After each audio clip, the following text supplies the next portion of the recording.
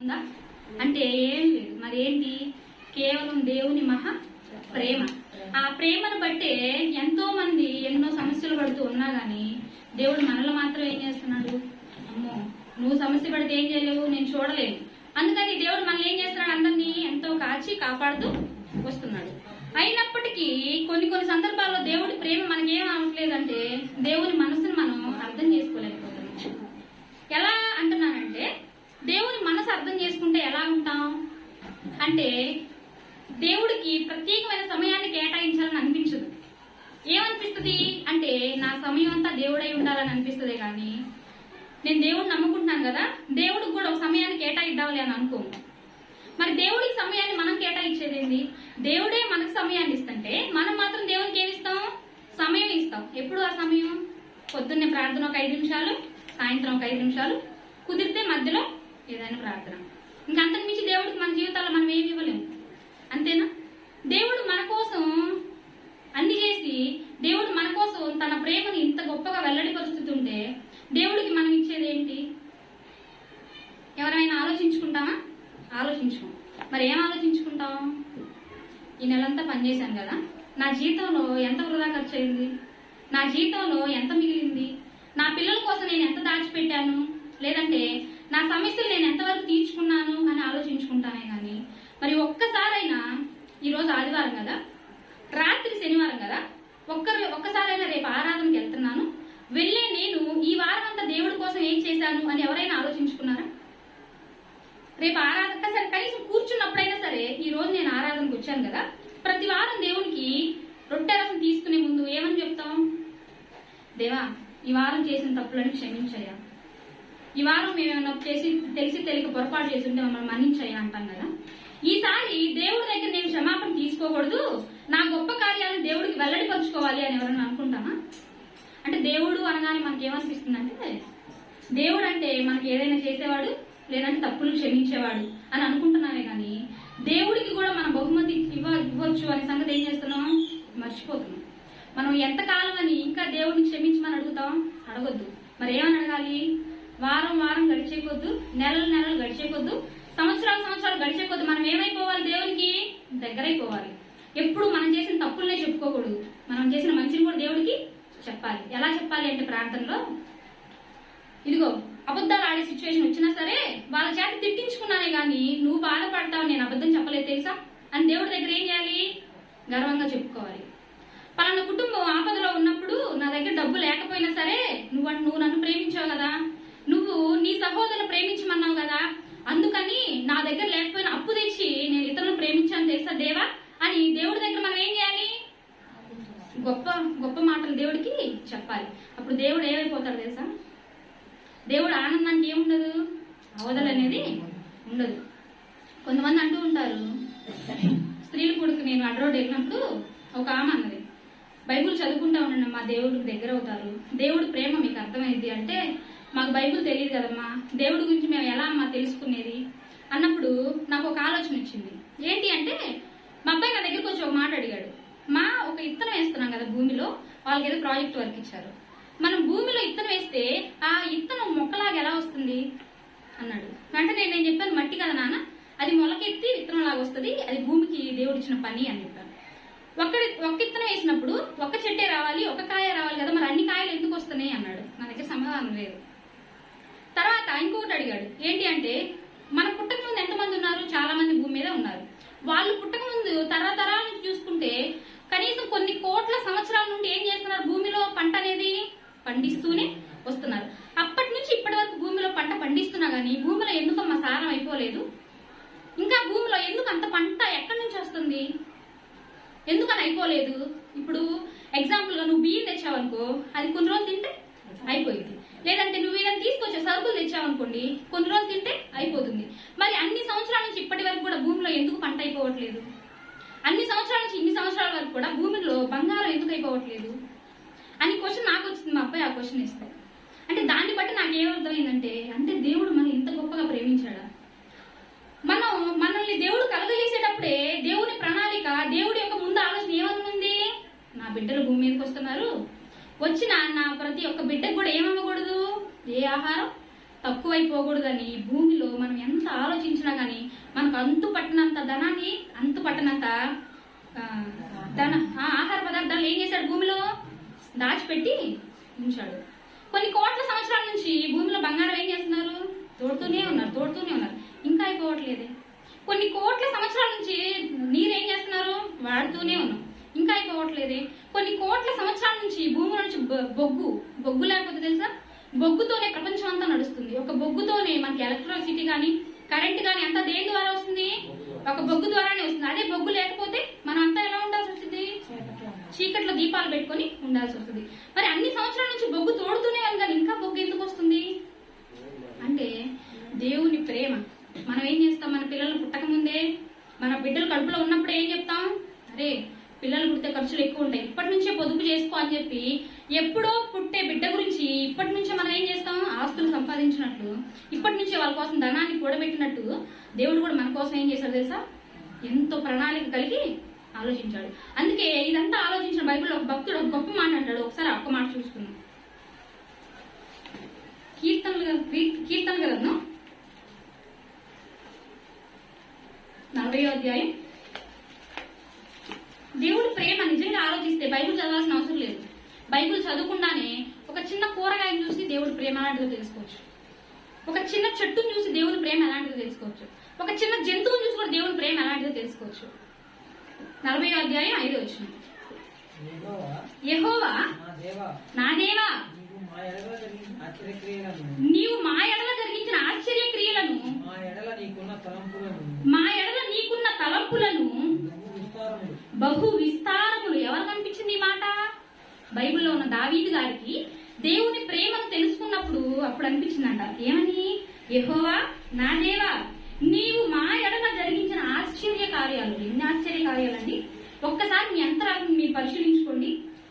ఎన్నో సందర్భాలలో ఇక చచ్చిపోతావేమో అనుకున్న వాళ్ళు ఇక్కడ ఎవరు లేరా? ఖచ్చితంగా ఉండే ఉంటారు. అలాంటి సమయంలో దేవుడు మన పట్ల ఏం చేశాడు? ఆశ్చర్యక్రియ చేశాడు. ఎన్నో సిచ్యువేషన్ లో ఇది ఇక నేను భరించలేను అనుకున్న దాన్ని కూడా దేవుడు కొన్ని సందర్భాలు ఏం చేస్తాడు? ఆశ్చర్యక్రియ చేశాడు. నా జీవితంలో దేవుడు నాకు ఏ ఆశ్చర్యక్రియ చేశాడో ఈ గ్రంథం చదివినాక నాకు అర్థమైంది. ఒక చిన్న వచనంతో అర్థమైంది. నేను హాస్పిటల్లో ఉండి ఇక చనిపోయింది లేదు, సంతకం చేయండి అన్నప్పుడు డాక్టర్లే మా అమ్మ ఇంకా మా గురించి తెలియదయ్యా, అమ్మాయి ఫిక్స్ వచ్చి చనిపోయింది తీసుకెళ్లిపోండి అన్నప్పుడు దేవుడు నా పట్ల ఎంత ఆశ్చర్యక్రియ చేయించాడో తెలుసా?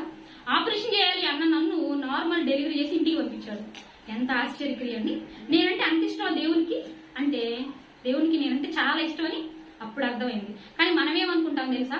అదృష్టం అనుకుంటాం.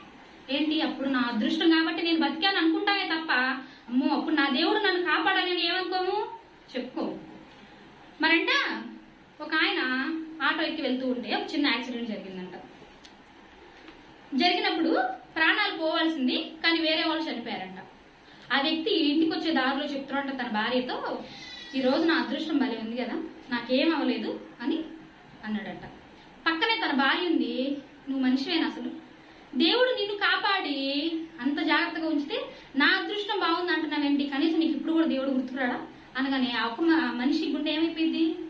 పగిలిపోయి ఉంటది. అంటే మనకి దేవుడు ఆపదల నుంచి తప్పించినా కానీ మనం ఏం చేయం? దేవుడిని మహిమపరచం. కనీసం అప్పుడు దేవుడు మనకు గుర్తు కూడా ఉండడు. నా అదృష్టం బాగుండి నాకు ఆపద తప్పిందే అనుకుంటాను తప్ప దేవుడే కదా నన్ను కాపాడిందని అనుకోము. ఎందుకు అనుకోవట్లేదంటే దేవుడు మనకు గుర్తు లేడు. కానీ దావీదు గారికి ఏం చేశాడు? దేవుడు గుర్తురాటన దావీదు గారు తన పూర్వస్థితి గుర్తు చేసుకొని అంటున్నాడు, యెహోవా నా దేవా, నా జీవితంలో నీ ఆశ్చర్యక్రియలు ఎంత బాగా జరిగించావయ్యా, నేను చావు బ్రతుకుల మధ్యలో ఉంటే నన్ను ఎంత బాగా కాపాడావయ్యా, నేను సమస్యల్లో ఉంటే నీ ఆశ్చర్యక్రియ నాకు ఎలా చూపించావయ్యా అని దావీదు గారు పొగుడుతున్నాడు. మా ఎడల నీకున్న తలంపులు బహు విస్తారమైన అంట. మన పట్ల దేవుడికి ఎలాంటి ఆలోచనలు ఉన్నాయంట? బహు విస్తారమైన ఆలోచనలు పెట్టి ఇంకా కొన్ని కోట్ల సంవత్సరాలకి కావాల్సిన ధాన్యాన్ని భూమిలో పెట్టాడు. ఇంకా కొన్ని కోట్ల సంవత్సరాలకి కావాల్సిన ధాన్యాన్ని, నీరుని, బంగారాన్ని, బొగ్గుని ఏం చేసుకుంటూ వచ్చాడు? భూమిలో పెట్టుకుంటూ వచ్చాడు. దేవుడికి ఎంత ముందు చూపండి, ఎంత ముందు చూపు, ఎంత ప్రేమ! ఏం దేవుడు ఎప్పటికప్పుడు పెట్టలేడా అంటే కాదు. నా బిడ్డలకి ఏం చేయకూడదు? ఏది కొదువు చేయకూడదు. 3 సంవత్సరానికి ఎన్ని కాలాలు? 3 కాలాలు. ఎందుకు అంటే నా బిడ్డలు ఎక్కువ ఎండ వచ్చినా తట్టుకోలేరు, ఎక్కువ వాన వచ్చినా తట్టుకోలేరు, ఎక్కువ చలి వచ్చినా తట్టుకోలేరు. నా బిడ్డలు ఎలా ఉండాలి? ఈ 3 కాలాల్లో కూడా సంతోషంగా ఉండాలి. పంటలు పండించుకున్న టైంలో పంటలు పండించుకోవాలి, వేసవి కాలంలో వచ్చినప్పుడు రెస్ట్ తీసుకున్న టైంలో రెస్ట్ తీసుకోవాలి, చలికాలంలో చిగురులు చిగురించేటప్పుడు వాళ్ళు ఎలా ఉండాలి? సంతోషంగా ఉండాలి. ఎంత ముందు చూపండి. అలాంటి ప్రేమను అర్థం చేసుకోవట్లే మనం. అలాంటి ప్రేమను అర్థం చేసుకోకుండా దేవుడిని ఏం చేస్తూ ఉన్నాం? అసలు దేవుడు అనే పదాన్ని తీసేసి కొంతమంది నామకార్థంగా నమ్ముకుంటారు. కొంతమంది చర్చిలో కూడా ఎందుకు వస్తారు తెలుసా?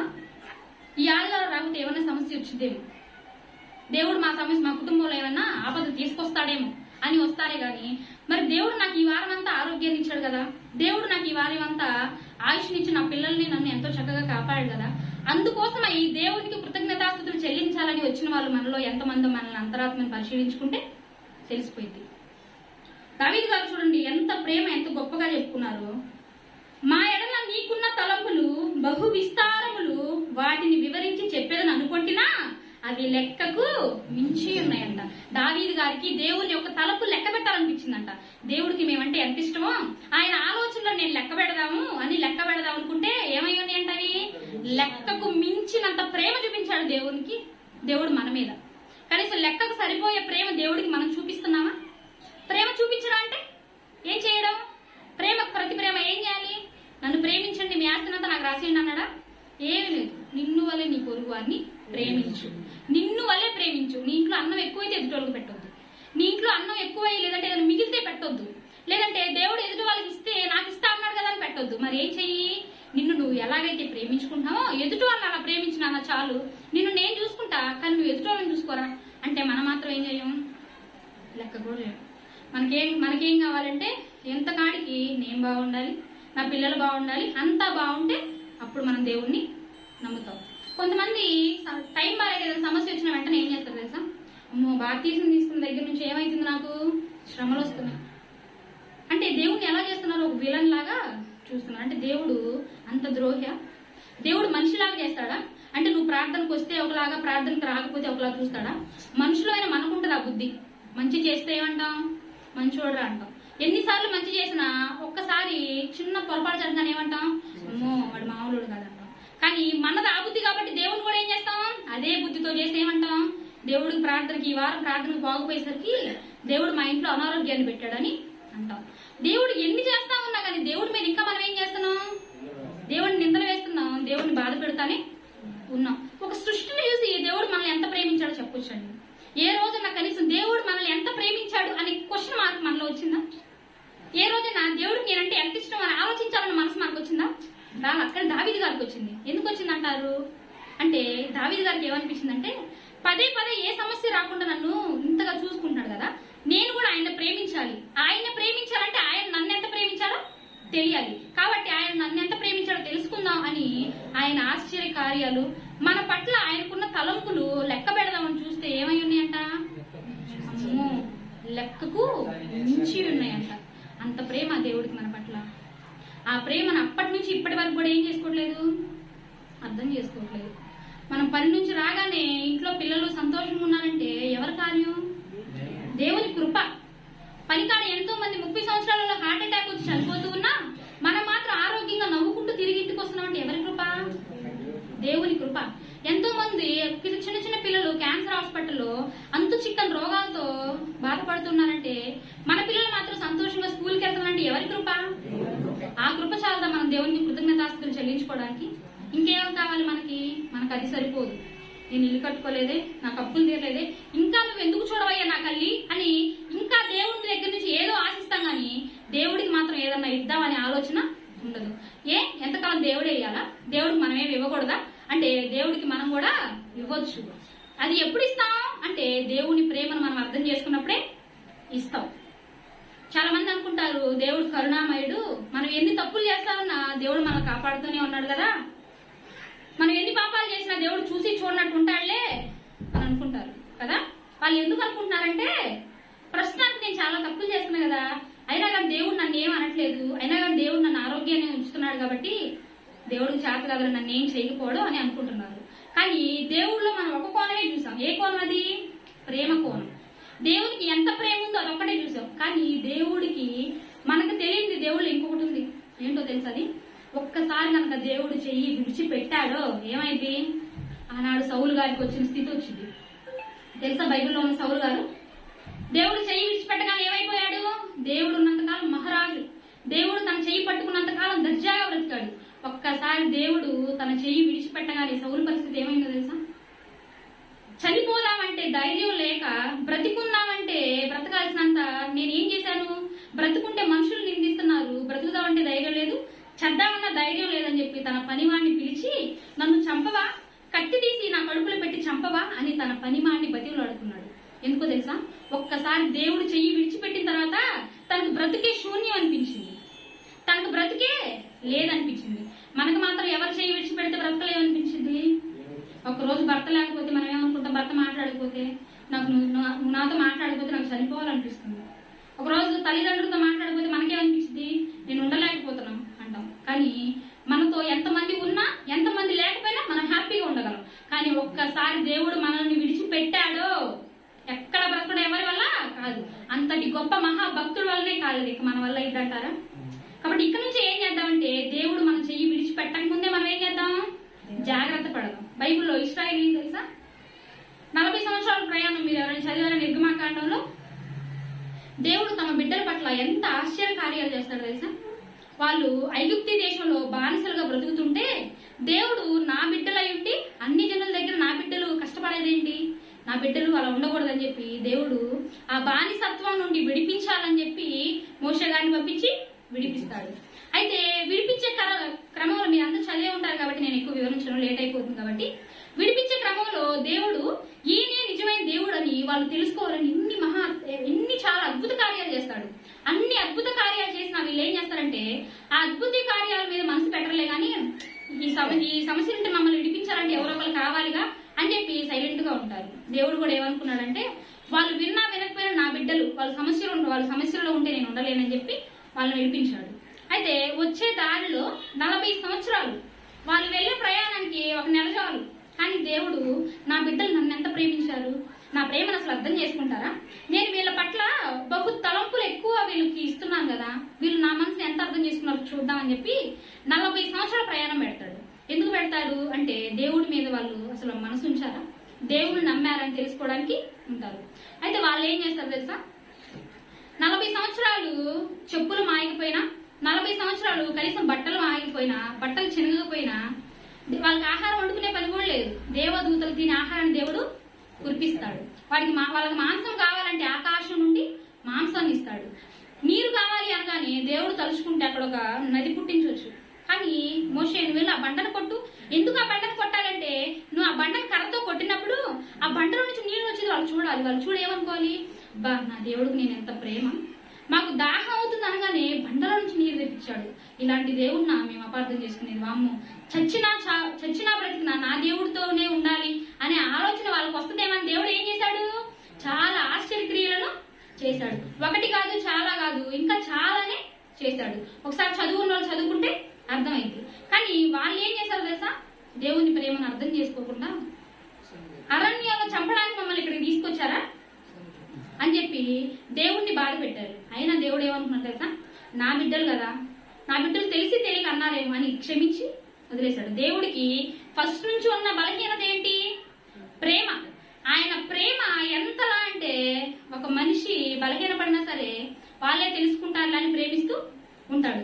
అయితే వాళ్ళు చివరికి ఎంతవరకు వచ్చారు అంటే, మీకు చెప్పాను, దారి చూపిన దేవుడిని ఒక ఎద్దు రూపాన్ని చేసి ఏం చేశారు? ఈయన ఎద్దు అని పెట్టారు. అయినా దేవుడు ఏమనుకోలేదు, బాధపడి ఏడ్చుకొని సైలెంట్ గానే ఉన్నాడు. కానీ ఎంత ప్రేమిస్తున్నా వాళ్ళకి ఏమైపోతుంది? అలుసైపోతుంది.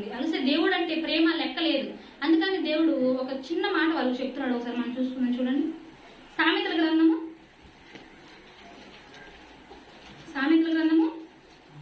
1వ అధ్యాయము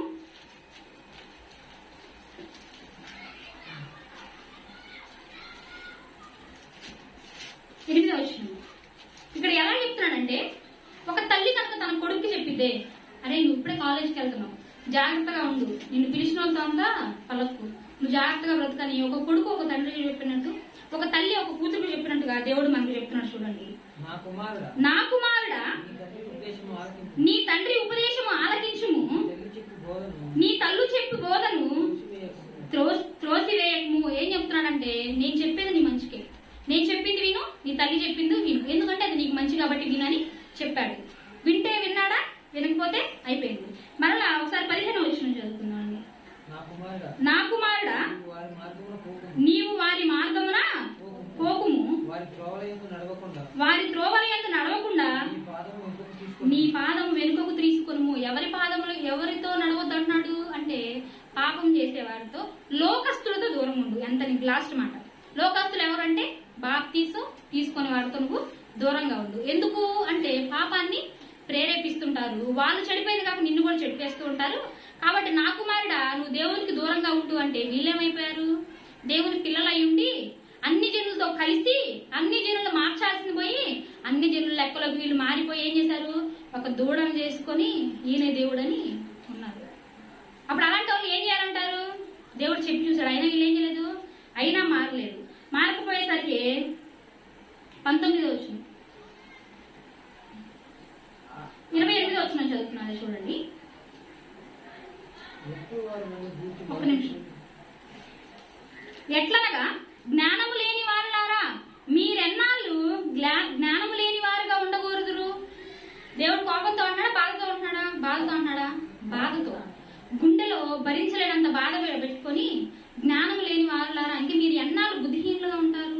మీ కళ్ళ ముందే కదా బండను చీల్చాను, మీ కళ్ళ ముందే కదా ఆకాశం నుంచి దేవదూత దీని ఆహారాన్ని ఇచ్చాను, మీ కళ్ళ ముందే కదా ఎర్ర సముద్రాన్ని చీల్చాను. ఒక సముద్రాన్ని చీల్చాలంటే మాటల?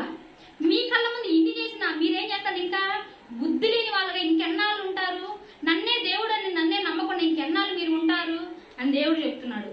అపహాసకులారా మీరెన్నాళ్ళు అపహాస్యం చేయించు ఆనందింతురు.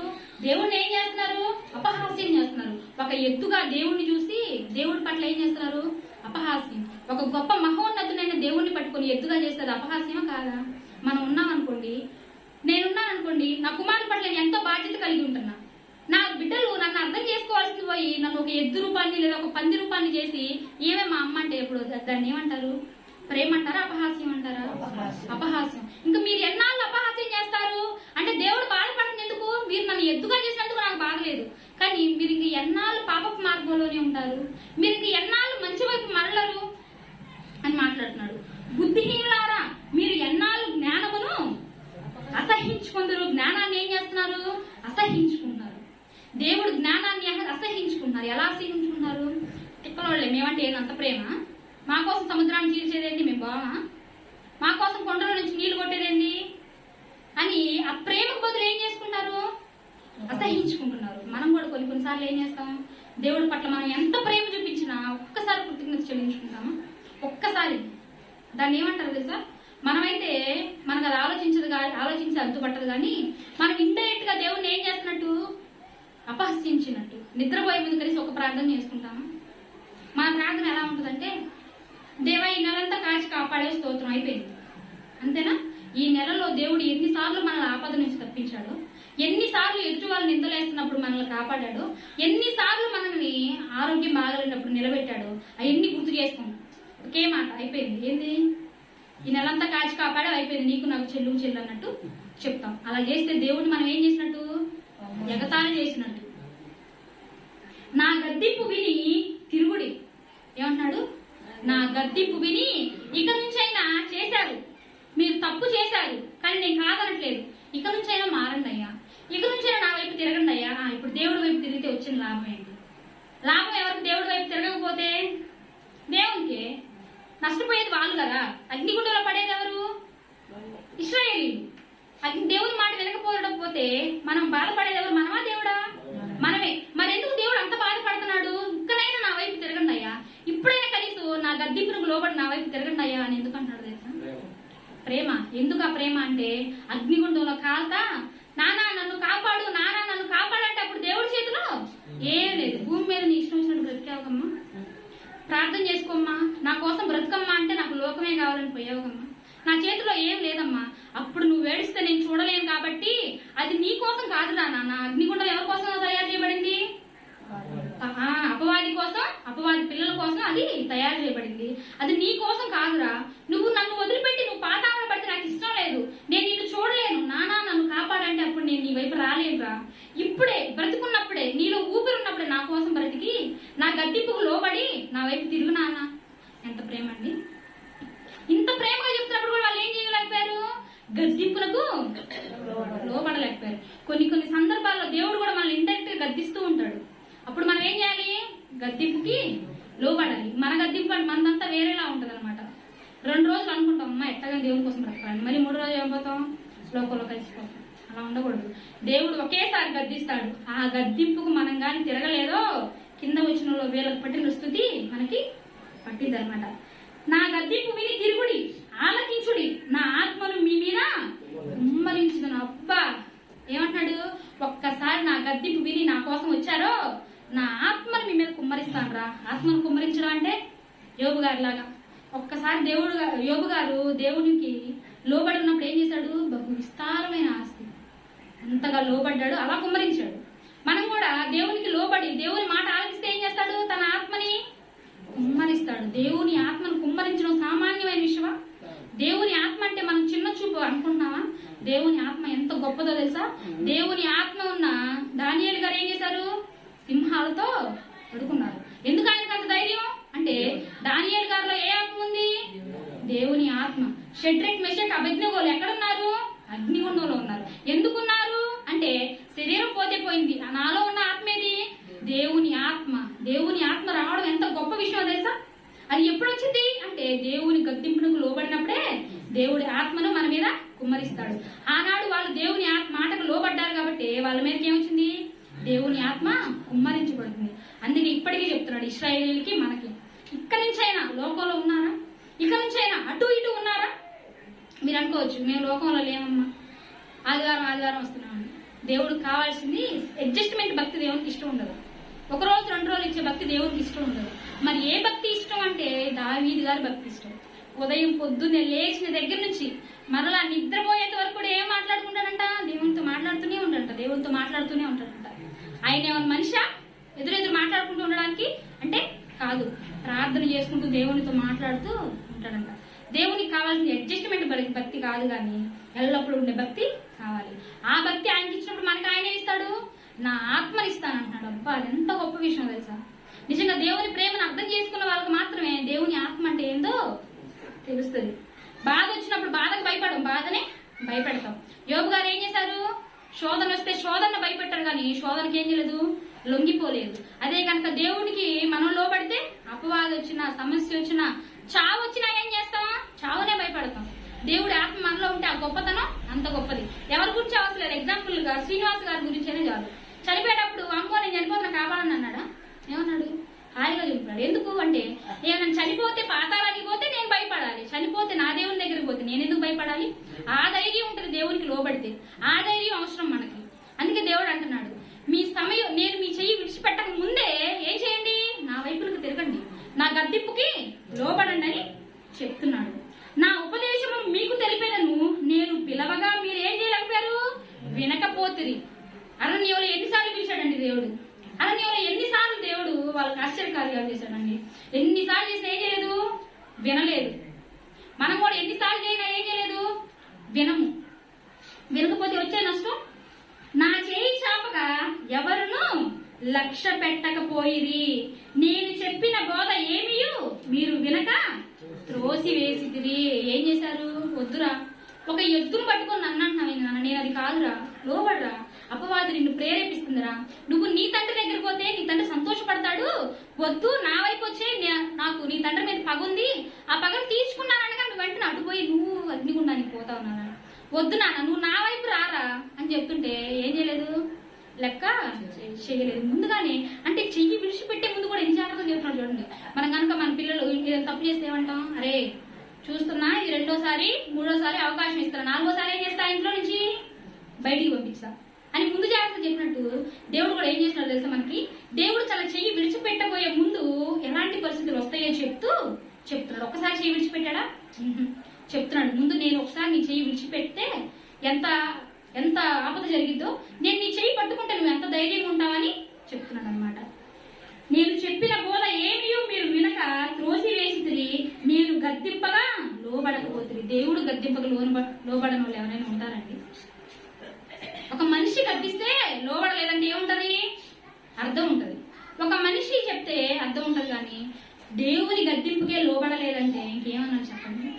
ఆనాడు కయ్యూను గారు దేవుని గద్దింపుకు లోబడ్డారా? దేవుని మాట గద్దింపు కాదు, కనీసం దేవుని మాటకు లోబడ్డారా?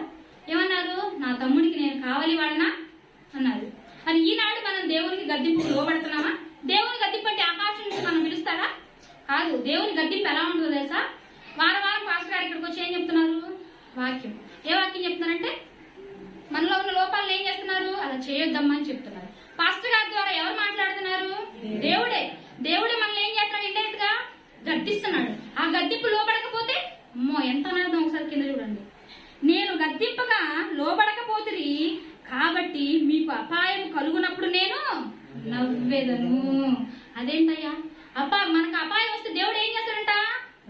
నవ్వుతాడంట. అదేంటి? అరణ్యంలో వాళ్ళకి అపాయం వస్తే నువ్వే వెన్నట్టు ఉండి కాపాడావు. నైట్ చీకటేమో పాములు కరిస్తేమని అగ్ని స్తంభాన్ని ఇచ్చావు. మళ్ళీ పగలు నా బిడ్డలు ఎండకు ఉండలేవు అని మేఘ స్తంభాన్ని ఇచ్చావు. మరేంటి ఇప్పుడు అపాయం రాగానే నవ్వుతా అంటున్నావు? అంటే మీరు నా ప్రేమను ఏం చేసుకున్నారు? పిచ్చితనంగా తీసుకున్నారు. నా ప్రేమ మీకు ఏమవ్వలేదు, వెర్రితనంగా ఉంది. కాబట్టి నేనేం చేస్తాను? ఇక నుంచి మీరెటు మారారు కాబట్టి, మీరెటు నా ప్రేమకి విని నా వైపు రారు కాబట్టి నేనే ఏం చేస్తాను? మీ వైపు నుంచి విడిచిపోతాను, మీ చెయ్యి విడిచిపెట్టేస్తున్నాను. ఏం చేస్తాడంటే అపాయంలో ఉన్నప్పుడు నవ్వుతాడంట. దేవుడు అపాయంలో ఉన్నప్పుడు నవ్వితే మన స్థితి ఎంత ఘోరంగా ఉంటుందో తెలుసా? ఎక్కడ లేని రోగాలన్నీ మనకే గుర్తుకొస్తుంటాయి.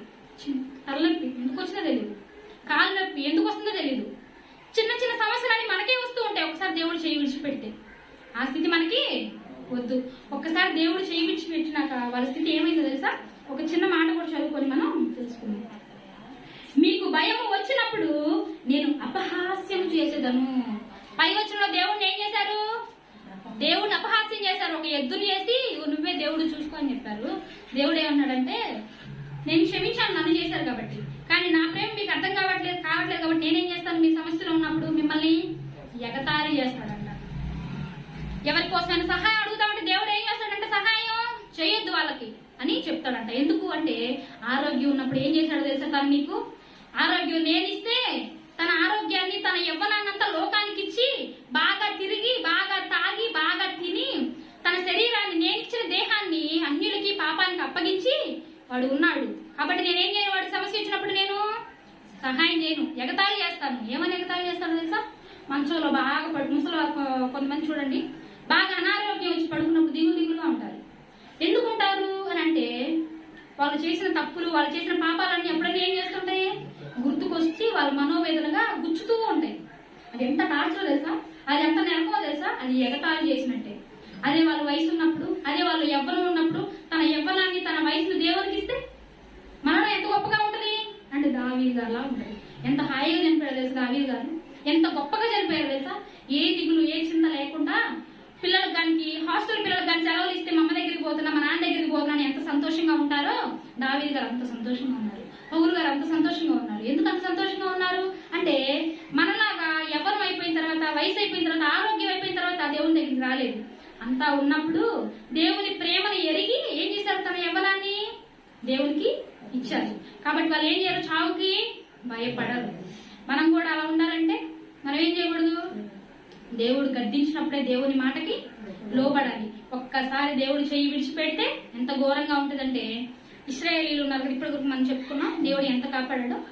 వాళ్ళు ఎంతకీ దేవుడి మాట వినకపోతే దేవుడు వాళ్ళని ఎంత దారుణంగా చంపేశాడంటే ఇంతవరకు చరిత్రలో నాకు తెలిసి అలాంటి చావు వచ్చే ఉండదు. ఏం చేశాడు తెలుసా? అన్యుల చేతికి అప్పగించేశాడు. అప్పటి వరకు ఇశ్రాయేలు అంటే ఎవరు? ఒక మంచి ప్రత్యేకమైన స్థానం, వాళ్ళకున్న స్థానం ఎవరికీ లేదు. ఇశ్రాయేలీలు అనగానే దేవుని బిడ్డలు. అలాంటి దేవుని బిడ్డలు దేవుని ప్రేమను అర్థం చేసుకోలేకపోయేసరికి దేవుడు అన్ని జనుల చేతికి అప్పగించేశాడు. వాళ్ళ చేతికి అప్పగిస్తే ఎంత దారుణంగా చంపేశారు తెలుసా? అంతకుముందు అన్ని జనులు వాళ్ళ ఇశ్రాయేలును చంపడానికి వస్తే దేవుడు వాళ్ళని కాపాడుతాడు తెలుసా? మీకు ఈ సందర్భం ఐడియా ఉంది. దావీదు గారు గొలియాతుని చంపారు. చిన్న రాయితో నా బిడ్డలు జోలికి వస్తావా అని ఏం చేశాడు? అంత వ్యక్తిని కూడా చంపించేశాడు. అంతకుముందు దేవుడు ఇశ్రాయేలు ప్రేమించినప్పుడు వాళ్ళ పక్కన చిన్న సమస్య రాలేదు. ఊరంతా తెగులుతో చనిపోయినప్పటికీ ఇశ్రాయేలు ఎంత జాగ్రత్తగా ఉన్నాడు తెలుసా? ఊరంతా జంతువులు తిండిలేకన్నా మరణించి ఉన్నప్పటికీ ఇశ్రాయేలు చాలా జాగ్రత్తగా ఆయన రెక్కల చోటును భద్రపరిచాడు.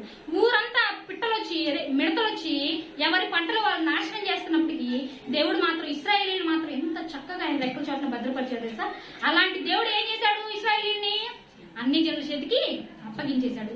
ఎలా అప్పగించేశాడంటే చంపడానికి వస్తున్నారు ఇప్పుడు వాళ్ళు. వీళ్ళు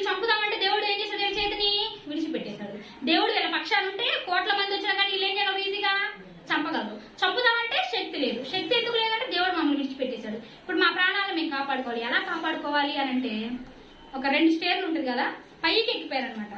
పైకి ఎక్కిపోయి అక్కడైతే పైకి ఎవరు రారు, మనల్ని చంపరని చెప్పేసి పై నుండి పోయారు. వీళ్ళు అన్ని ఏం చేస్తున్నారు ఇక్కడ, వాళ్ళు ఎప్పుడు కిందకు వస్తే అప్పుడు చంపుదామని ఎదురు చూస్తున్నారు. వాళ్ళు ఏం చేస్తున్నారు, 1 రోజు 2 రోజులు అయితే ఉండగలరు ఆకారం లేకుండా, లేదంటే 3 రోజులు అయితే ఉండగలరు. కానీ ఈ రోజులు గడిచే కొద్దు వాళ్ళు మాత్రం ఎలాంటి అక్కడే ఉంటారు, కిందకు వస్తే చంపుదామని. పైకి ఎందుకు పోవట్లేదు చెప్పండి అంటే ఏం చేస్తున్నారు, అనవసరం మేము పోయి చంపడం ఎందుకు, కొన్నాళ్ళుంటే వాళ్ళు ఏం చేస్తారు, తిండిలేక చచ్చిపోతారు. అనవసరం మాకెందుకు పని, వాళ్ళు ఏం చేస్తున్నారు, కిందే ఉంటున్నారు.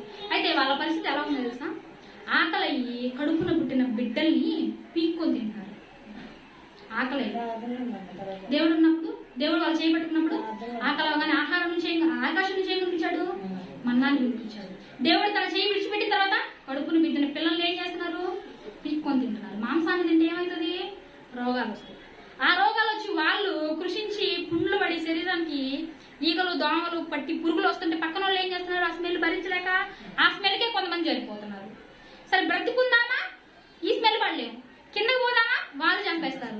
ఏం చేయాలో తెలియక వాళ్ళ కడుపు పుట్టిన పిల్లలు వాళ్ళే చంపుకొని తినలేక, వాళ్ళ కళ్ళ ముందే తన పిల్లల మరణ శవాలను చూస్తూ ఉండలేక ఎంత టార్చర్ పడి ఉంటారు ఒకసారి మీరే ఆలోచించుకోండి.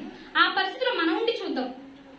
ఆ పరిస్థితిలో మనమే ఉన్నాం అనుకోండి, మన కళ్ళ ముందే మన పిల్లలు చనిపోయి వాళ్ళ శరీరం నుంచి పురుగులు బయటకు వస్తున్నప్పుడు, మనకు బాగా ఆకలి అవుతున్నప్పుడు, మన కడుపును పుట్టిన పిల్లలు మనమే పీక్కొని తింటుంటే అసలు ఇది చూస్తుండండి. మన కళ్ళ ముందే కొన్ని వేల శవాలు మన కళ్ళ ముందే ఉన్నప్పుడు అసలు మన పరిస్థితి ఎలా ఉంటుందో చూసుకోండి. అలాంటి స్థితిలో ఏం చేశాడు దేవుడు, వారి చేయిని విడిచిపెట్టాడు. ఎంత భయంకరంగా ఉంది కదా, తలుచుకుంటేనే ఎంత భయంకరంగా ఉంది కదా. అదే ట్రూ విజువల్స్ లోకి వెళ్తే ఇంకెంత ఘోరంగా ఉండిందంటారు. అదే అంటున్నా, ఎప్పుడైనా దేవుడు మన చెయ్యి పట్టుకున్నప్పుడే మనకేముంటది విలువ. ఒక్కసారి విడిచిపెడితే మనం ఉండలేం. మనం అనుకుంటాం ఆరోగ్యంగానే ఉన్నాగా, నేను డైలీ ప్రార్థన చేసుకోవట్లేదు, ఆరోగ్యంగానే ఉన్నాగా, నేను డైలీ దేవుని కోసం కృతజ్ఞతాస్తుతులు చెల్లించట్లేదు, ఆరోగ్యంగానే ఉన్నాగా, నా శరీరాన్ని ఇంకా నేను పాపంలోనే ఉంచుతున్నాను, నేను ఆరోగ్యంగానే ఉన్నా అని మనం అనుకుంటాం. కానీ దేవుడు అంటున్నాడు, నీకు సమయాన్ని ఇచ్చాను రా, నీకు ఒక సమయాన్ని ఇచ్చానమ్మా, విర్రవీగుతున్నావుగా, నీకు ఒక సమయం ఉంది. ఆ సమయంలో వీళ్ళు చూసిన చుక్కలు నీకేం చేస్తాను, అప్పుడు చూపిస్తాను. నువ్వు ఆరోగ్యంగా ఉన్నప్పుడు నీ దేహాన్ని పాపానికి ఎలా అప్పగించావో, నీ ఆరోగ్యంగా ఉన్నప్పుడు నీ తలంపులు పాపానికి ఎలా అప్పగించావో నీకు ఒక స్థితి ఇస్తాను. ఆ స్థితిలో నీకు నేనేంటో చూపిస్తానని చెప్తున్నాడు. అలాంటి స్థితి మనకు అవసరం. ఒక్కసారి మంచాన పడితే దేవుడు మన పిల్లల చేత మనకు బుద్ధి చెప్పిస్తాడు తెలుసా. చాలా మంది అనాథాశ్రమంలో ఇంటర్వ్యూ చూస్తుంటారు. నాకు ఎక్కువ అవి చూడడం ఇష్టం అనమాట. ఒక తల్లి ఒక ఇంటర్వ్యూ ఇచ్చింది. ఏంటమ్మా నువ్వు ఎందుకు వచ్చావు ఇక్కడికి అంటే, నా భర్త చిన్నప్పుడే చనిపోయాడమ్మా, నాకు ఒక కొడుకున్నాడు, నేను వయసులో ఉన్నప్పుడు నా కొడుకుని వదిలిపెట్టి హాస్టల్లో వదిలిపెట్టి ఒకడు నచ్చాడని అట్లా తిరుగుతూ ఉండేదమ్మా.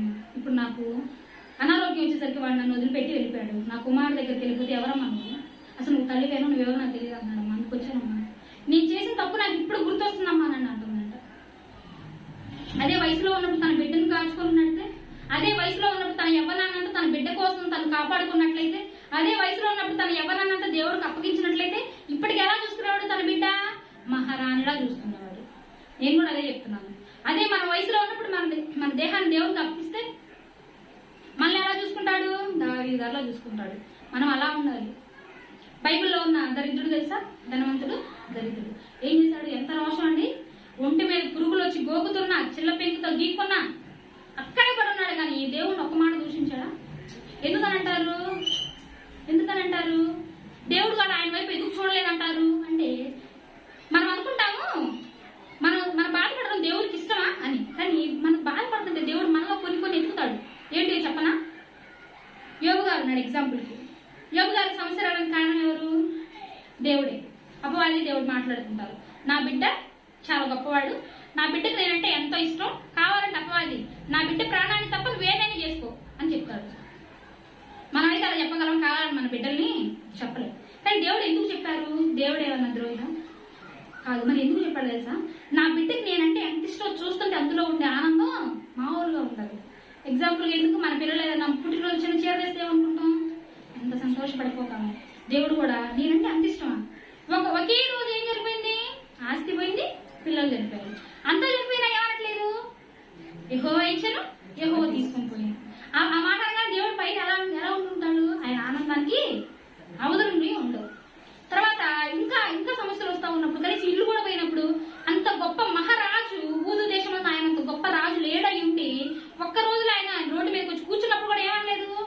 అయ్యో నువ్వు మామూలు కాదు, ఏమో నేను నమ్మితే నాకు ఇస్తావా అని అనలా. ఏమన్నాడు, తల్లి గర్భం నుండి దిగంబరిగా వచ్చి తిని దిగంబరిగానే పోతాను. ఏం భక్తండి! ఆ భక్తి ఉంటే దేవుడు ఎప్పుడు మనల్ని ఏం చేస్తాడు, చెయ్యి స్ట్రాంగ్ గా పట్టుకుంటాడు. ఎన్ని వచ్చినా మనల్ని ఏం చేయలేవు, అటాక్ కూడా చేయలేవు. ఎన్ని రోగాలు వచ్చినా మనల్ని ఏం చేయలేవు, ముట్టుకొని కూడా ముట్టుకోలేవు. ఆ భక్తి మనకి ఉండాలి. ఎంత గొప్ప భక్తి చూపించాడు తెలుసు. చూడండి, తన భార్య వచ్చి ఏమన్నది, ఇంకెందుకు ఆయన బ్రతుకుండేది, లాభం ఏం చెప్పు. ఒకే రోజు అందరూ చనిపోయారు, పిల్లలు చనిపోయారు, ఆస్తి పోయింది, ఇల్లు పోయింది, తినడానికి తిండి లేదు, ఒంటి మీద వస్త్రాలు లేవు. కనీసం నీ దేహం అన్న బాగుంటే మళ్ళీ ఏదో పని చేసి ఆస్తినన్నా సమకూర్చుకోవచ్చు. కనీసం నీ దేహం కూడా బాగాలేదు, నీ ఒంటిన పుండ్లు, ఇంకెందుకు నువ్వు దేవుడిని దూషించి చచ్చిపో అంటే ఏమన్నాడు, నిజం నువ్వు అన్న నిజమేనమ్మా, నేను అదే చెప్తాన్నాడా. అసలు అప్పటికే ఏంటంటే దేవుడి మీద ఒక మాట కూడా మనలేదు. ఏమన్నాడు, మూర్ఖురాల్లాగా మాట్లాడుతున్నామండి అంటే దేవుడు మంచి చేస్తేనే మనం దేవుడిని ప్రేమించాలా, దేవుడి కీడుని మనం తీసుకోకూడదా? అంత గొప్ప పనండి. మనం అనుకుంటాము ఏదో చిన్న సమస్య లాగా ఏమనుకుంటాం, దేవుడు మనం మర్చిపోయాడు, దేవుడు మనం చేసి పెట్టాడని అనుకుంటాం. కానీ యోబు గారు ఏం చేశారు, దీన స్థితిలో ఉన్నా కానీ దేవుడిని కృతజ్ఞతాస్థుతులు చెల్లించుకున్నాడు. అది కృతజ్ఞతాస్థుతులు. మనం కొన్ని సందర్భాలు ప్రార్థనలు పెట్టించుకుంటాం. ఎందుకు, అది మంచిదే. మేము మా అబ్బాయికి ఉద్యోగం వచ్చింది పెట్టించుకుంటాం, మంచిది. నాకు శాలరీ పెరిగింది పెట్టించుకుంటాం, మంచిది. కానీ దేవుడు ఇంకోటి ఏం చేస్తాడు తెలుసా, మనం దేవుడు మనకి ఏదో చేశాడని కృతజ్ఞతాస్థుతులు చెల్లించుకోవడం దేవునికి ఇష్టం ఉండదు. మనం ఏం చేయకపోయినా కలిసి ప్రాణాన్ని ఉంచాడు కదా, అందుకోసం కృతజ్ఞతాస్థుతులు చెల్లించడం దేవుడికి ఇష్టం. ఆ మనసు దేవుడు మనల్ని చూస్తాడు. అందుకే యోబు గారిని చూసి దేవుడు ఎంత ఆనందపడ్డాడు తెలుసా. ఎంతవరకు ఆస్తి ఇవ్వడంటే కొన్నాళ్ళ వరకు దేవుడు పట్టించుకోలేదు, వదిలేశాడు. ఎంతకాలం అసలు నేనంటే ఎంత ప్రేమ చూద్దాం, కొన్నాళ్ళు చూద్దాం అని దేవుడు పూర్తి వదిలేసి ఉన్నాడు. దేవుడు ఎంత బాధపడి ఉంటాడు, నా బిడ్డ అలా కురుపులతో ఉండడం, ఆయన కూడా బాధపడి ఉంటాడు. కాకపోతే అపవాదికి తెలియాలి, ఏ అపవాది విర్రవీగుతున్నావుగా, నా బిడ్డ అంటే ఏదో చూపిస్తా చూడని అపవాదికి చూపించాడు. దేవుడు యోబు గారిని ఎప్పుడు ఆశీర్వదించాడు, ఆ సమస్య నుంచి ఎప్పుడు విడిపించాడు ఒకసారి మనం చూసుకుందాం. యోబు గ్రంథము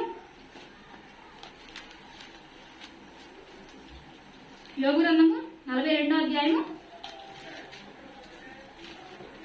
తీసారా?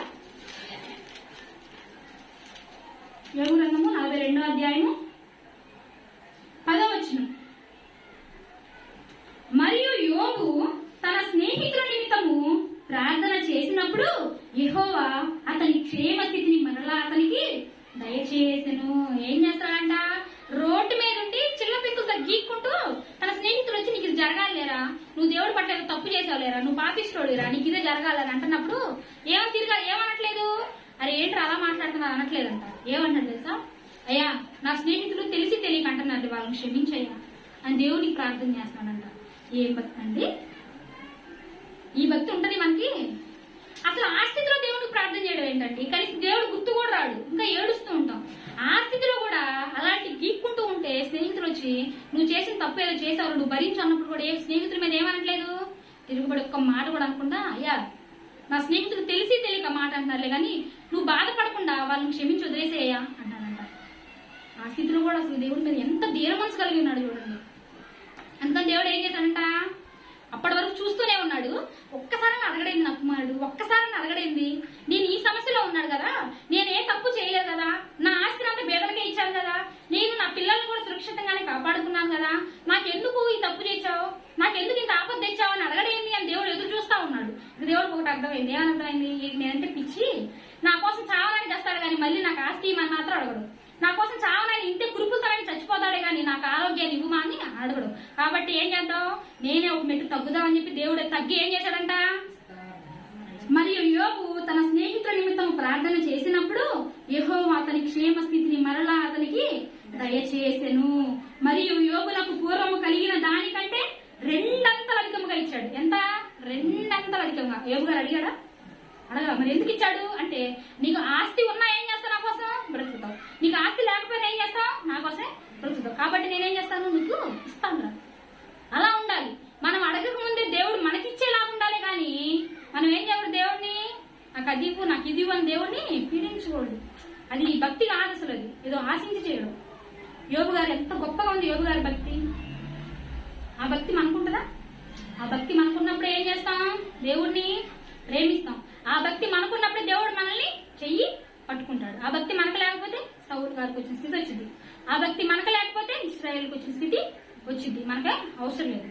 బైబిల్ ఇంకో గొప్ప భక్తుడు కూడా ఉన్నాడు, చదువుకోవద్దండి లేట్ అవుతుంది. సొలొమోన్ గారు తెలుసా? దావీదు గారి కుమారుడు సొలొమోను గారు.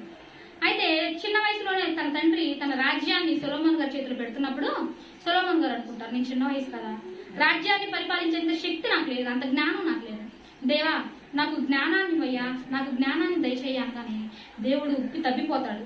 నా బిడ్డ జ్ఞానాన్ని అడిగాడు, ఎవరైనా ఆస్తిని అడుగుతాడు, ఎవరైనా ఆస్తి అంతస్తుని అడుగుతారు, లేదంటే ఎవరైనా నాకు ఆరోగ్యం బాగలేదు ఆరోగ్యాన్ని అడుగుతాడు. నా బిడ్డ ఏమడుగుతున్నాడు, నీ బిడ్డలను పరిపాలించాలి, నేను నీ పని చేయాలి, నేను నీ కోసం బ్రతకాలి అంటే నాకేముండాలి, జ్ఞానం ఉండాలి. నాకు జ్ఞానం కొద్దుగైంది, కొంచెం దయచేయ్యా అనగానే దేవుడు ఏం చేస్తాడు, అంత ముందు ఎవరికి లేని ఆస్తిని ఎవరికి ఇస్తారు, సొలొమోను గారికి ఇస్తారు. అలా ఉండాలి మన భక్తి. మన భక్తి దేవుణ్ణి తగ్గించేలా చేయాలి కానీ దేవుణ్ణి వ్యక్తి పుట్టించేలాగా చేయకూడదు. యోబు గారి భక్తి ఏమయ్యాడు, దేవుడు స్టెప్ దిగాడు. సొలొమోను గారి భక్తి దేవుడు ఏం చేశాడు, ఒకటి అడిగితే రెండు ఇచ్చాడు. అలా ఉండాలి, అలా ఉండాలి. కానీ మనం ఎలా ఉండకూడదు అంటే దేవుణ్ణి ఎప్పటికీ ఏం చేయకూడదు, బాధ పెట్టకూడదు అనమాట. ఒక్క మాట చూస్తుందా చూడండి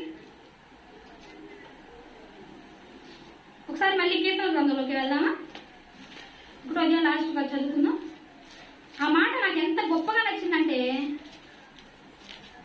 అది చదివినప్పుడు నాకైతే చాలా భయం వేసింది.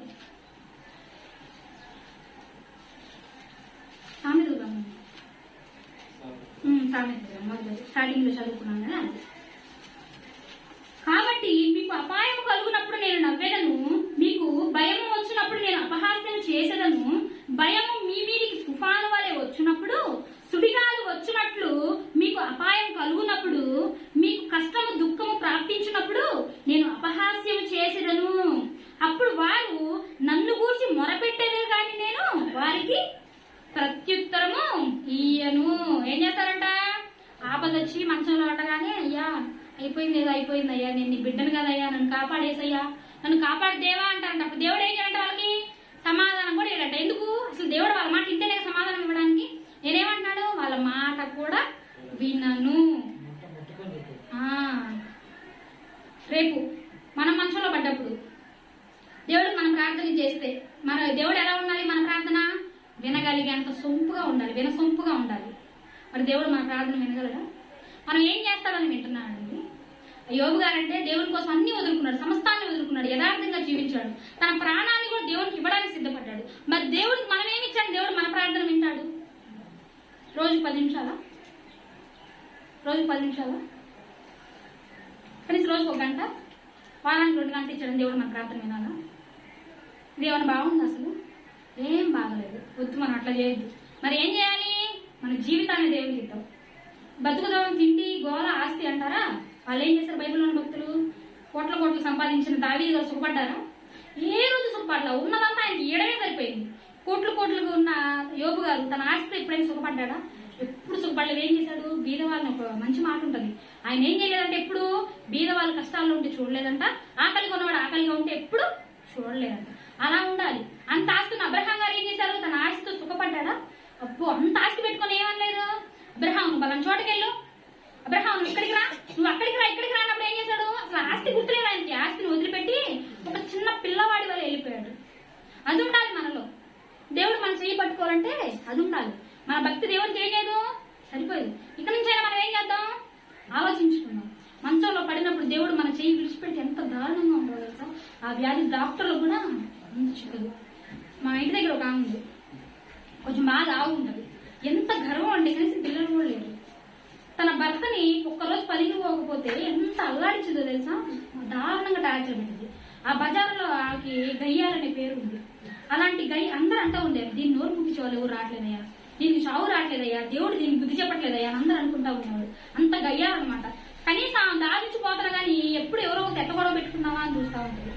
అలాంటి ఆమె దేవుడు ఎలాంటి దుస్థితి తెచ్చాడు తెలుసా. తన భర్త ముందుగానే అదృష్టంతో చనిపోయి వెళ్ళిపోయాడు. అయితే ఏం లేదు, చిన్నగా నడుచుకుంటూ కాలు దాకా కిందపడిపోయింది. డాక్టర్ దగ్గరికి వెళ్ళిపోయింది, నీకేం లేదమ్మా అంటారంట. 3 నెలల తర్వాత ఏమైంది, కాలు బాగా చీమ్ పట్టి సెప్టిక్ అయింది. హాస్పిటల్ తీసుకెళ్ళారు, కాలంతా తీసేయాలన్నారు, కాలంతా తీసేశారు. వచ్చి మంచంలో పడిపోయింది. ఆమె మంచిది, నోరు మంచిదైతే ఏమైంది, ఊరు మంచిదే, ఆమె సహాయం చేసేది. ఆమె నోరు ఏం కాదు, మంచిది కాదు. ఆమె కనీసం మంచినీళ్ళు తాగిన చచ్చిపోయిన బతికి వాళ్ళు చూసే వాళ్ళు కూడా ఎవ్వరు లేరు. అప్పుడంటే ఆమె వచ్చిపోయే వాళ్ళందరూ ధైర్యంగా వాళ్ళకిస్తుందంట. ఎవరు వింటారా? ఏం చేస్తారు, ఎగతాలు చేస్తారు. అబ్బా వయసు ఉన్నప్పుడు ఏం చేసావమ్మా, ఇప్పుడు పెద్ద మాటలు లేదును అని అంటారు కదా. అలాగే దేవుడు కూడా ఏం చేస్తాడంట, అది ఆమెను అపహాస్యం చేసినంత మనల్ని కూడా అపహాస్యం చేస్తాడంట. చివరికి ఎలాంటి చావు చనిపోయిందో తెలుసా? మున్సిపాలిటీ వాళ్ళు ఉంటారు కదా, చుట్టాలు కూడా బాగా. నేను చెప్తున్న సీరియస్ నిజంగా. మున్సిపాలిటీ వాళ్ళు వచ్చి కసువు బండి ఉంటుంది చూసారా, కసువు బండి తీసుకుని వెళ్ళి పడేశారు. అదే ఆమె దీనంగా ఉండి, అదే ఆమె మంచి మనసు ధరించుకొని ఉంటే, అదే ఆమె ఇతరులతో మంచిగా మాట్లాడుంటే, అదే తన జీవితాన్ని దేవునికి అర్పించి ఉంటే ఎంత గొప్పగా చనిపోయింది. దరిద్రుడు చనిపోగానే ఎవరు వచ్చారు తీసుకెళ్ళడానికి? రాజుగారు చనిపోయినప్పుడు దేవుడు వచ్చి తీసుకెళ్ళారంట. తన చావు భూమి మీద తన చావు మాత్రమే హీనంగా ఉంది, కానీ ఆయన ఆరోపణ మాత్రం ఎంత గొప్పగా ఉంది. అలా ఉండాలి మన జీవితం. అంతేకాకుండా బ్రతికున్నంతకాలం ఇంకా ఏదో చేస్తూ దేవుని సన్నిధిలో ఉన్నప్పుడు ఎలా ఉంటాం? కామ్గా ఉంటాం. విన్న ప్రతి ఒక్క మాట కూడా బాగా వింటాం. కొంతమంది అయితే మనసులో ఏం చేస్తారో వింటున్నట్టుంటారు, వీళ్ళు ఎప్పుడు వెళ్ళిపోతారా, వీళ్ళు ఎప్పుడు ఆగిపోతారా అన్నట్టుంటారు. మనస్ఫూర్తిగా దేవుడికి ఇచ్చే సమయాన్ని కూడా ఏం చేయలేము, ఇవ్వలేము. అమ్మా చాలేమ్మా, ఇప్పుడు మీకు లేట్ అవుతుంది, మీకు తొందరగా పోండి అమ్మా అంటుంటారు. ఎందుకు అంటే దేవుని మాట మీద శక్తి లేదు, దేవుని మాట మీద ఏం లేదు, శ్రద్ధ లేదు. అలా ఎప్పటికీ మనం ఉండకూడదు. ఎందుకు ఉండకూడదు నేను పదే చెప్తున్నానంటే, దేవుడు మన చెయ్యి విడిచిపెట్టనే కూడదు.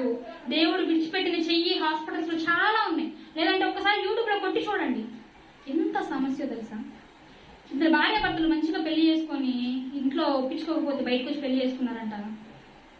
నా భర్త క్యాన్సర్ వచ్చింది, తల్లిని తండ్రిని విడిచి కాదు నా భర్తే కావాలని భర్తతో వచ్చింది. భర్త క్యాన్సర్ వచ్చి చనిపోయాడు. క్యాన్సర్ హాస్పిటల్లో అప్పుడు హర్షాన్ని మన దగ్గర ఒక అబ్బాయి క్యాన్సర్ వస్తే అమ్మవారు హాస్పిటల్ తీసుకెళ్లారు. తను ఏడుస్తుంది, నిన్ను నమ్మే కదా అయ్యా నేను వచ్చాను, ఇప్పుడు నువ్వే నన్ను విడిచిపెట్టి వెళ్ళిపోతే నేను ఎక్కడికి పోవాలి? నన్ను పోషించేది ఎవరు, నన్ను చూసుకునేది ఎవరు, నేను ఏ మొహం పెట్టి నా తల్లిదండ్రుల దగ్గరికి వెళ్ళాలి, నువ్వే కదా నాకు దిక్కు అని అంటుంది. కానీ అలాంటి పరిస్థితి మనలో ఎవరికైనా వచ్చింది? ఎవ్వరికి రాలేదు. ఒక తల్లి ఫేస్బుక్ లో నా కుమారుడికి అంతు చికెన్ రోగం వచ్చి బాధపడుతున్నాడండి, దయచేసి మీరు 2 కాళ్ళు పట్టుకుంటాను నా బిడ్డను బ్రతికించండి అని ఒక తల్లి వేడుకుంటుంది. అలాంటి స్థితి మనలో ఎవరికైనా వచ్చింది?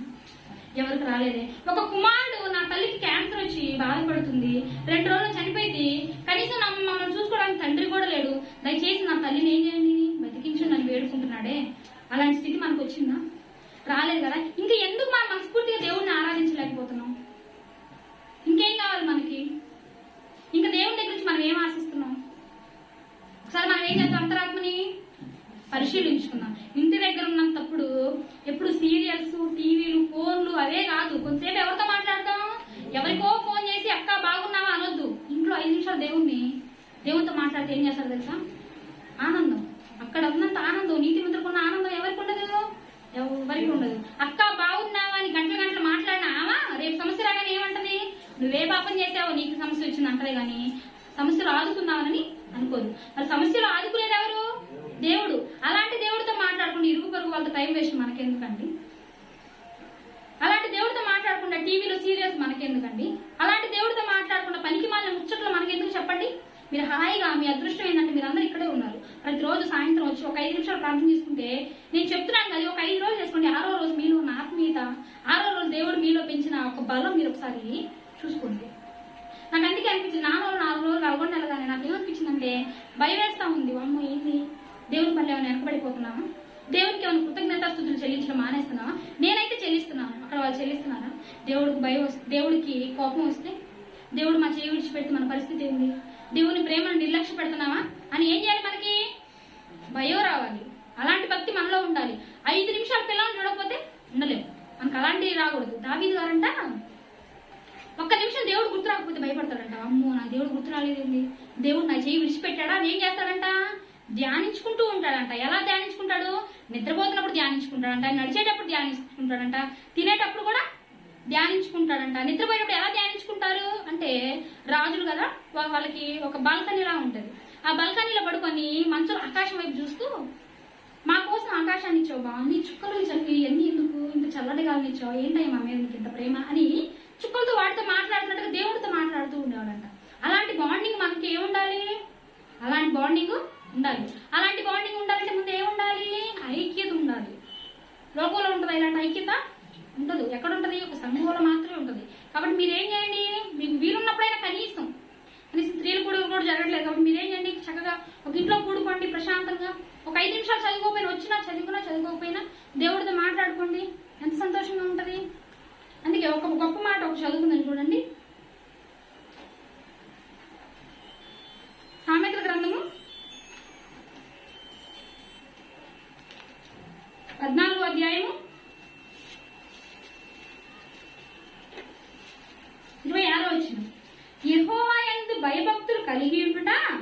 బహుధైర్యము పుట్టించునంట. ఎంత ధైర్యం పుట్టించునంట?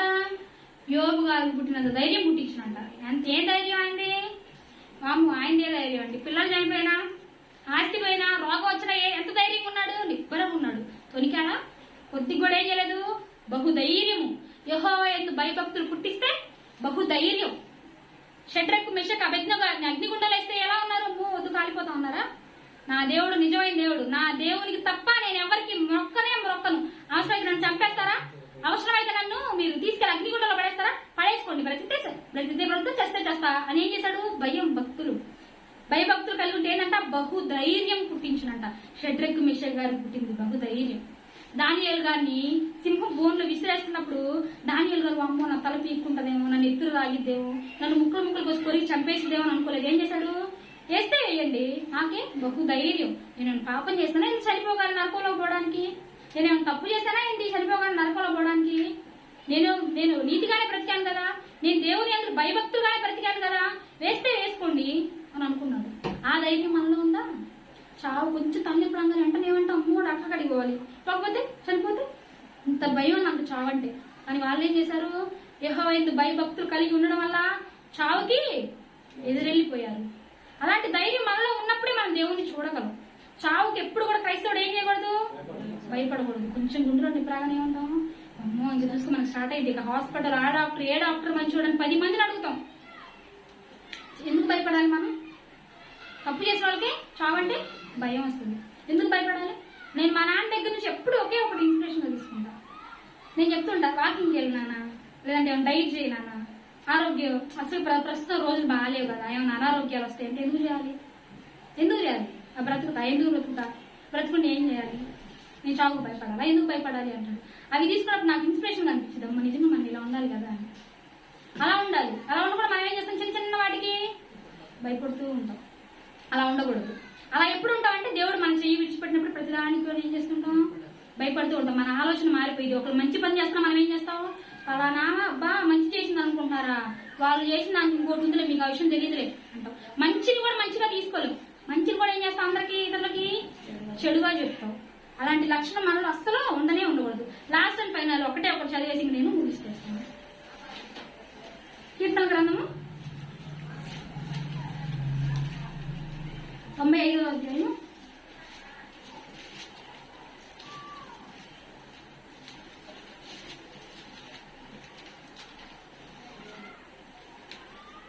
8వ వచనం. ఇంత విన్నా కూడా, ఇన్ని మాటలు చెప్పినా కూడా, దేవుని ప్రేమ ఎలాంటిదో తెలుసుకున్నప్పటికీ, దేవుని కోపం ఎలాంటిదో తెలుసుకున్నప్పటికీ, దేవుడు ఒకసారి చెయ్యి విడిచిపెడితే ఎలాంటి దుస్థితి పట్టిందో తెలుసుకున్నప్పటికీ, ఒకవేళ మీరు ఇక్కడి నుంచి బయటికి వెళ్ళిపోతే మీ హృదయాన్ని కఠినపరుచుకుంటే ఏ స్థితి పట్టిద్దో దేవుడు మనకి చెప్తున్నాడు అనమాట. మస్తాదినమందు మీరు అరణ్యమందు మెరిబాయత మీరు కఠినపరుచుకున్నట్లు, మస్తాదినమందు మీరు కఠినపరుచుకున్నట్లు మీ హృదయములను కఠినపరుచుకొనకుడి. కఠినపరుచుకుంటే ఏం చేస్తాడు? ఇప్పుడు చూసాంగా, సంవత్సరాగానే ఏం చేస్తాడు? సంవత్సరాగానే నవ్వుతాడంట, ఎగతాళి చేస్తాడంట, ఇంకా ఏం చేస్తాడంట? నన్ను శ్రద్ధగా వెతికెదురుగానే నేను వారికి కనబడకుండా ఉంటారంట. వెతుకుతారంట. దేవుడా ఎక్కడున్నావయ్యా, రాయ మా సమస్య వచ్చిన సమస్య తీరుద్దా రాయ అని వెతుకుతూ ఉంటారంట. ఎట్లా వెతుకుతారు? ఆకాశం చూసి వెతుకుతారా? కాదు. ఇంకప్పుడు మొదలు పెడతారు. ఇంక సత్క్రియలు అబ్బో ఇంకప్పుడే మంచి వాళ్ళ నుంచి వస్తారు, నీతి మంతులు వస్తారు ప్రార్థనలు పెట్టించడం. అప్పుడే దీనంగా ఉండడం, పాటలు పాడడం, ఆరోగ్యం అంతా చెడిపోయి నాకేం చేస్తారంట? దేవుణ్ణి శ్రద్ధగా వెతుకుతూ ఉంటారంట. ఆరోగ్యం అంతా చెడిపోయి మంచంలో ఉన్నప్పుడు నన్ను క్షమించయ్యా అని శ్రద్ధగా వెతుకుతూ ఉంటారంట. అప్పుడు నేనేం చేయను? వారికి కనపడకుండా దాక్కుంటాడంట. అమ్మో దేవుడు దాక్కుంటే ఎంత దారుణమైన స్థితి వచ్చిందో చూసారుగా. ఎగురి నుంచి దాక్కుందామా? వద్దు. ఉన్నదే చిన్న జీవితం. ఇప్పటికీ చాలా మంది ఏం చేసాం? మన జీవితాన్ని లోకంలో గడిపేసుకున్నాం. మన జీవితాన్ని చాలా మంది మా అపవాదికి ఏం చేసాము? ఇచ్చేసాం. దేవుణ్ణి ఇప్పటికే చాలా మంది అవమానపరిచాం. అంతేనా? చూడండి, ఇక్కడ ఉన్న ప్రతి మనిషి కూడా ఎవరు తప్పు చేయకుండా ఉన్నారా?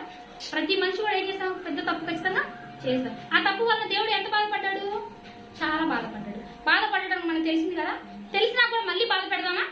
వద్దు, బాధ పెట్టద్దు. మరి ఏం చేద్దాం? దేవుణ్ణి సంతోష పెడదాం. బైబిల్లో మీరు చూసుకోండి, ఆదికాండం నుంచి ప్రకటన గ్రంథం వరకు ప్రతి భక్తుడు కూడా ఎక్కడైనా దేవుని ప్రేమకు భయపడినట్టు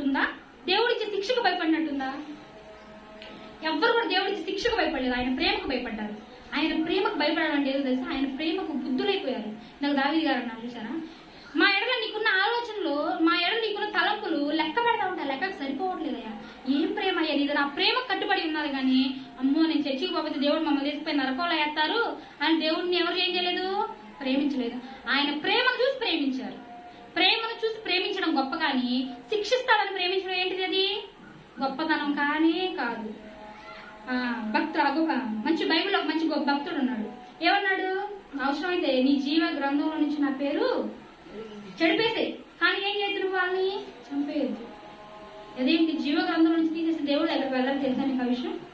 అయినా కానీ ఏంటి అంటే ఆయన ప్రేమను చూసి నాకు తెలుసులయ్యా, నీ పిల్లలు అగ్నిగుండంలో పడితే నువ్వేమవుతావు, బాధపడతావు. కానీ ఏమంటున్నావు, చంపేస్తా అంటున్నావు. నువ్వు బాధపడడం నాకు ఇష్టమేనా నాన్న? నువ్వు బాధపడితే నాకు ఇష్టం లేదు. అవసరం అయితే నేను చనిపోయాను నీకు సంతోష పెడతాను, కానీ నేను మాత్రం ఏం చేయను, అమ్మో వాళ్ళని మాత్రం చంపనీయను అని వాళ్ళు చనిపోవడానికి కూడా సిద్ధమయ్యారు. అలా ఉండాలి మన విశ్వాసం. వారం వారం గడిచే కొద్ది ఏమై ఉండాలి, అలా ఉండాలి. కానీ ఎన్ని వారాలు గడిచినా, ఎన్ని సంవత్సరాలు గడిచినా ఇక్కడ మేము చెప్పడం మీరు అక్కడ కూర్చుంటే ఉంటే ప్రస్తుతానికి బాగానే ఉంటుంది. ఒకనాడు ఒక స్థితి, ఆనాడు ఇస్రాయేల్కి వచ్చిన స్థితి వస్తుంది, ఆనాడు వాళ్ళకి వచ్చిన స్థితి మనకొద్దు. ఒకనాడు సౌలు గారికి వచ్చిన స్థితి వస్తుంది, మనకేమో వద్దు. యజబేలుకి వచ్చిన స్థితి వస్తుంది, ఆ స్థితి మనకొద్దు. ఇంకా రావట్లేదు కదా అని మన మనసును కఠినపరుచుకుంటే ఆందోళనే ఉంటుంది అపాయం. కాబట్టి మనం ఏం చేయదు, దేవుని ప్రేమను తెలుసుకొని దేవుని కృపలో ఉన్నప్పుడే మన దేహాన్ని దేవునికి ఇచ్చేసి భయభక్తులుగా బ్రతికి చావు వచ్చినప్పుడు ధైర్యంగా చనిపోదాం, అందరం దేవుని దగ్గర కలుసుకుందాం. కాబట్టి ఎంతో శ్రద్ధగా మా మాటలు విన్న మీ అందరికీ కృతజ్ఞతాస్తుతులు చెల్లించుకుంటూ